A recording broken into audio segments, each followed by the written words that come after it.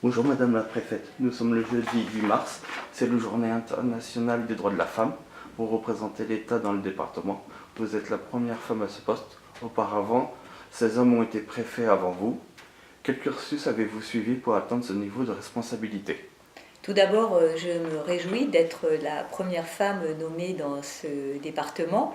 C'est un signe de progrès de la parité et tout simplement d'un progrès de société. Alors j'ai passé un baccalauréat de philosophie dans un lycée de jeunes filles à Grenoble et puis j'ai choisi une voie plutôt courte en passant un DUT de gestion des entreprises et administration. Et j'ai eu l'occasion de reprendre mes études pendant ma vie professionnelle, pendant laquelle j'ai passé un DESS de management des politiques sociales. Avant d'être nommée préfète de l'Essonne, quel a été votre parcours professionnel? Alors en fait, j'ai eu deux vies professionnelles.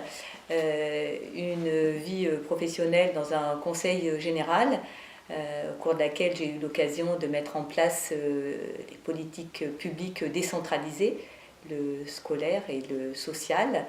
Et puis j'ai choisi d'entrer dans le corps préfectoral dans une seconde carrière où j'ai occupé tous les postes du corps préfectoral, sous-préfète d'arrondissement, directrice de cabinet, secrétaire générale dans différents départements et notamment secrétaire générale dans un département chef-lieu de région. Et puis je suis devenue préfète du Tarn en 2012, ensuite préfète des Pyrénées-Orientales en 2014 et donc en mai 2016, le 17 mai, première préfète de l'Essonne, comme vous avez eu la gentillesse de le souligner. Quel message avez-vous pour les jeunes femmes qui souhaitent suivre votre exemple? D'abord, leur dire qu'en tant que première préfète de l'Essonne, je me sens aussi une responsabilité vis-à-vis des femmes de ce département et j'ai envie de leur dire d'oser, d'oser très tôt, c'est-à-dire dans le cadre de leur formation, d'oser ouvrir les portes de métiers qui sont parfois réservés à des hommes ou qui sont censés être réservés à des hommes, notamment par exemple le bâtiment, où certaines femmes font de très belles carrières jusqu'à devenir chef d'entreprise ou plus généralement dans le monde industriel, où des femmes peuvent là aussi très bien réussir. Donc j'ai vraiment envie de dire aux femmes qu'elles ont un potentiel, qu'il y a des parcours qui sont possibles, qu'il faut très tôt avoir le goût de l'effort, avoir beaucoup de persévérance.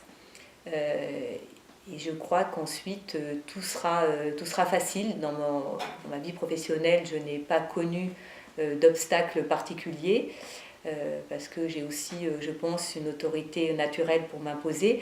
Mais leur dire surtout que si on s'impose dans un monde encore dominé par la gente masculine dans certains secteurs, on s'impose par ses compétences et sa volonté d'aller toujours plus loin.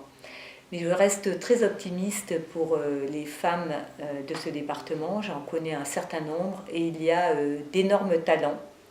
Il suffit d'aller les chercher et de les valoriser et je pense que cette journée du 8 mars, elle est faite avant tout pour valoriser les talents des femmes dans les différents secteurs d'activité et c'est bien votre rôle.